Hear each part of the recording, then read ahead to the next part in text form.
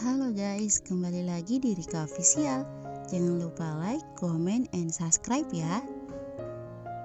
Lagi-lagi Bianca harus berlari di lorong rumah sakit mendengar kabar kakaknya yang kembali bereaksi. Dengan air mata yang berderai, Bianca menatap kakaknya yang berteriak seperti orang kesetanan dengan dibantu dokter dan suster yang menanganinya. Kenapa kakaknya kembali seperti ini? Padahal sudah hampir 6 bulan kakaknya tenang walaupun masih hanya diam dengan tatapan kosong. Tidak seperti ini. Ia sungguh tak tega kakaknya harus kembali saat pertama kali dirujuk ke sini. Dokter dan suster keluar setelah membuat Bana diberi suntikan penenang. "Dok," ujar Bianca dengan tangis di pipinya.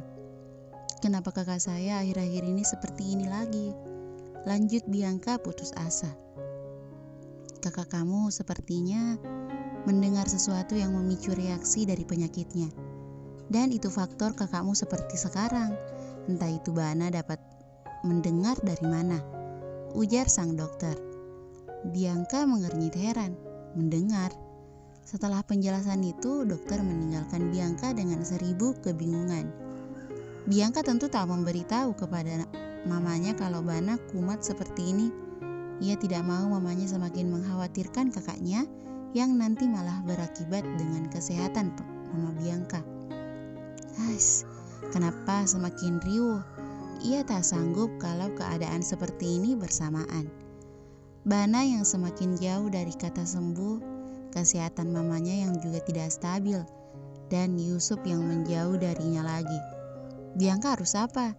Ia tidak ada tempat untuk bersandar. Bianca duduk di kursi samping dengan kaki yang gemetar. Kenapa keadaan lagi-lagi begitu jahat kepadanya? Setelah meninggalnya papanya, Bianca harus menanggung hidup keluarganya dengan punggungnya sendiri. Ia capek sebenarnya, sungguh sangat melelahkan. Bianca terisak sendirian. Kenapa waktu begitu cepat berlalu? Bianca ingin kembali saat-saat ia bisa memeluk keluarganya, menjadi kekasih Arielnya dulu, tanpa beban sebentar. Andai Bianca ingin waktu berhenti sejenak, waktu ia dan Yusuf di Singapura, bahagia walau sejenak, tanpa memikirkan apapun tentang kehidupan keluarganya yang rumit. Bianca mengangkat kepalanya. Tidak, jangan seperti ini. Ia tidak boleh cengeng. Bianca wanita tangguh. Ia tidak boleh lelah oleh keadaan. Ia tak mau waktu sia-sia hanya untuk meratapi nasibnya. Nasib bisa berubah bila ia berusaha menggapai apa yang ia raih. Bianca harus kembali mengambil semua kebahagiaannya yang waktu itu berlalu. Sekarang ia lapar. Tadi Bianca langsung bangkit dari tidurnya setelah mendapat telepon dari dokter Bana. Lebih baik ia makan dulu di kantin dan melegakan hatinya yang kembali suram sebelum menjenguk kakaknya. Semoga nanti ia kembali ke sini Bana sudah sadar. Hari ini Yusuf gak enak badan. Dari habis subuh suami Aisyah itu kembali tidur karena badannya yang terasa dingin. Aisyah sampai sedikit kelimpungan oleh sang suami. Bukan sekali sih Yusuf sakit seperti ini, tapi kali ini Aisyah sangat khawatir dengan sakit suami yang gak kayak biasanya. Ditambah Yusuf juga yang dari tadi bolak-balik kamar mandi memuntahkan apa yang di dalam mulutnya. Tubuh Yusuf panas, iya, tapi ia juga kedinginan sampai menyuruh Aisyah untuk mematikan AC kamar. Ditambah muntah-muntah yang membuat tubuh Yusuf sangat lemas dan tidak nafsu untuk melakukan apapun. Ia sampai harus izin tidak kerja, padahal hari ini ada pertemuan penting dengan klien barunya. Biarlah itu bisa dijadwalkan nanti. Yang penting sekarang ia ingin sembuh.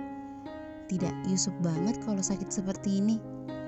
"Mas, ayo makan dulu biar gak tambah lemas."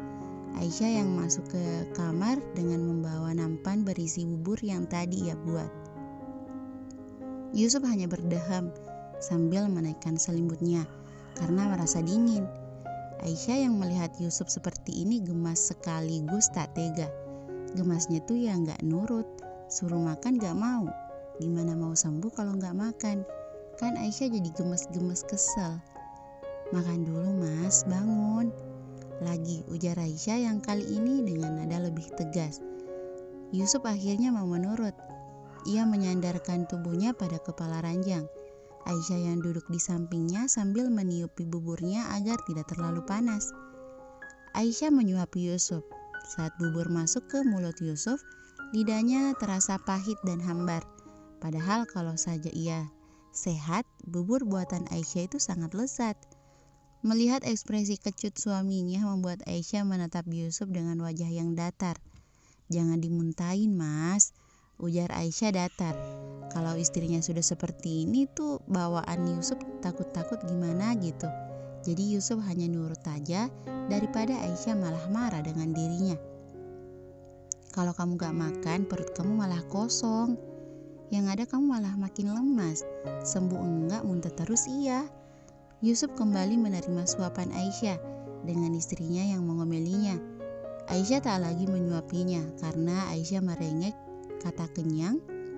Karena Yusuf merengek kata kenyang padahal baru 5 suapan. Yusuf tak sanggup sebenarnya. Perutnya udah mau muntah aja tapi ditahan-tahan. Takut Aisyah malah marah padanya. Aisyah menyodorkan susu hangat yang ia buat untuk diteguk Yusuf. Minum sampai habis, kamu tuh butuh energi biar sehat lagi. Dengan sangat terpaksa, Yusuf meneguk susu putih itu sampai habis. Aisyah itu kalau Yusuf sakit, seperti ini harus tegas. Kalau nggak gitu, yang ada Yusuf nggak sembuh-sembuh. Aku mau turun dulu ambil obat buat kamu, sekalian nyuci ini, ujar Aisyah mengangkat nampan di tangannya. Setelah Aisyah keluar dari kamarnya, Yusuf segera ke kamar mandi memuntahkan makanan yang tadi ia makan. Bukan tidak enak, tapi perutnya saja yang tidak kuat menampung makanan yang masuk. Sungguh tubuhnya terasa sangat lemas dan kepala berdenyut. Aisyah yang kembali ke kantor dengan membawa obat dan air hangat langsung khawatir melihat Yusuf yang tak ada di ranjangnya. Mendengar suara muntahan, Aisyah bergegas ke kamar mandi menyusul suaminya. Aisyah membantu Yusuf mengurut tengkuk belakangnya. Ia jadi semakin tak tega tadi memarahi suaminya. Gimana mas, udah enakan? Yusuf mengangguk dengan berpegangan pada daun pintu kamar mandi untuk mengimbangi badannya yang sangat lemas. Lagi, Yusuf terus memuntahkan semua apa yang ia makan tadi. Aisyah yang berdiri di samping Yusuf mau menangis saja rasanya kalau suaminya kayak gini. Mas, udah. Yusuf kembali mengangguk, mencuci mulutnya lalu merangkul bahu istrinya untuk menyeimbangi tubuhnya yang mau tumbang. Lemas Ca, mau tidur, ujar Yusuf lemas. Aisyah mengangguk, ia membantu Yusuf berjalan mendudukkan suaminya ke ranjang. Minum obat dulu ya, habis itu tidur lagi. Aisyah menyiapkan obat, lalu menyuapkan ke mulut Yusuf. Yusuf tiduran kembali ke ranjang. Aisyah menyelimuti tubuh Yusuf lalu akan beranjak. Namun ditahan oleh Yusuf. Mau kemana lagi? Ujar Yusuf dengan suara serak. Aisyah kembali menduduknya di samping suaminya. Masak mas, nanti kamu makan apa kalau habis bangun? Gak usah masak. Gak makan dong kita? Mau kamu aja. Yusuf merapatkan tubuhnya, memeluk perut istri Aisyah. Ya gini, kalau Yusuf sedang sakit, manjanya gak tahu absen. Aisyah tersenyum menanggapi. Tidur Gi, biar enakan badannya. Aisyah mengelus lembut rambut Yusuf dan sesekali memijat pelan kepala suaminya. Jangan ditinggal, ujar Yusuf yang sudah menutup matanya. Iya, di sini aja sampai aku tidur. Masih aja, Yusuf belum benar-benar terlelap. Ya ampun, tidur yang bener gak boleh banyak omong, gemas Aisyah, menepuk pelan lengan suaminya. Yusuf tersenyum dalam lelapnya. Kalau saja ia tidak sakit, sudah diuyel-uyel istrinya itu.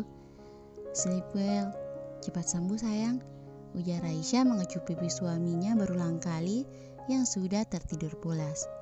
Bersambung.